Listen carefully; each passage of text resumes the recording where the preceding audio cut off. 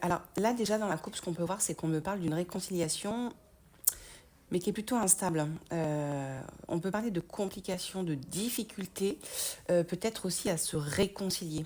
Euh, on peut vraiment dire qu'on souhaite la réconciliation, mais on a du mal. Alors, on va approfondir ce tirage. Je vous rappelle que si vous souhaitez avoir une consultation en privé avec moi, vous avez le lien sur mon profil, les cartes d'Elisa.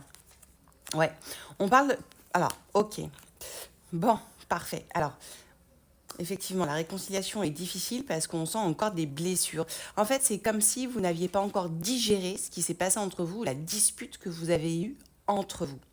Et on vous dit vraiment, euh, alors j'ai pas envie de dire d'avoir du bon sens, mais par contre, on vous dit vraiment de vous apaiser, de réfléchir avant la réconciliation. Parce que si vous vous réconciliez aujourd'hui, pour moi, hein, je vous dis, hein, au niveau de mes ressentis, ça partira au clash. Ça partira au clash parce qu'on n'a pas encore digéré, parce qu'on est encore un petit peu dans l'ego, on n'a pas encore pardonné l'autre, et on a besoin vraiment là de se poser, vous voyez, de relativiser de manière à ce que la réconciliation vienne.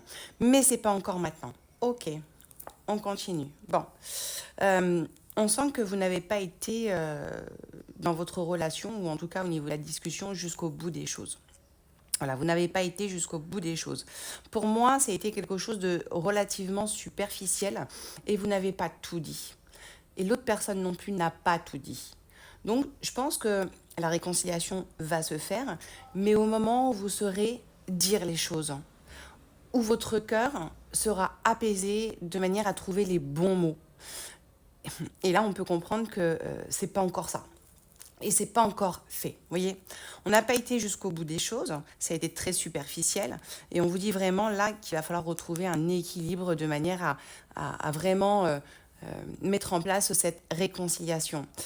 On peut penser que la personne de votre cœur est à peu près dans le même état que vous. J'ai l'impression que vous avez besoin de souffler chacun de votre côté de manière à ne pas se blesser, parce qu'on sent qu'il y a encore beaucoup de blessures.